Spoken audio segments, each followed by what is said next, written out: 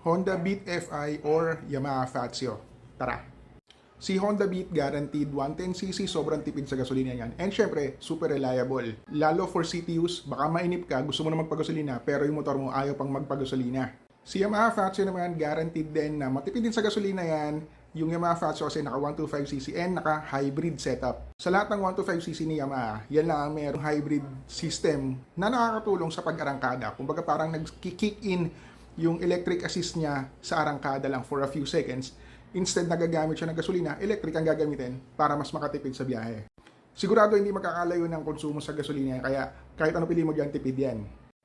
Mostly nagkakatalo yung dalawa na yan sa style nila. Yung isa kasi is more of the sporty look, and yung isa naman is nasa bandang retro look. Si Yamaha Fazio mas malapad compared kay Honda Beat na mas makitid. Kaya kung medyo may kalakihan ka, hindi babagay sa'yo si Honda Beat. Mas magandang sakyan mo, kahit may kalakihan ka, mas babagay sa'yo si Yamaha Fazio.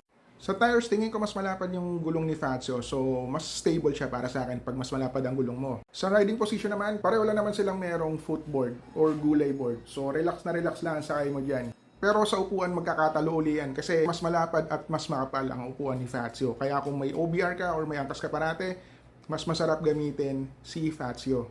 Parts and maintenance, di naman nagkakalayo yan eh. Available yan kahit saan kang shop pumunta. Talamak yan kasi natagal nang nandyan yung brand na yan, Yamaha tsaka Honda. Pero at the end of the day, syempre, ikaw pa rin ang pipili dyan. Ano ba mas gusto mo? Yung mas sporty looks o yung mas classic, yung parang retro looks ang dating? Ako, I'd go for the Yamaha Fazio kasi para sa akin, mas gusto ko siyang bihisan tsaka mas malaki bulto ko eh. Kaya ang pangit sa akin tingnan pag naka-Honda Beat. Kaya mga idol, anong may sasuggest nyo kay brother? Ano pang pwede nyo idagdag dito sa sinabi ko? Comment nyo lang sa baba para makatulong tayo sa ibang kapwa riders natin.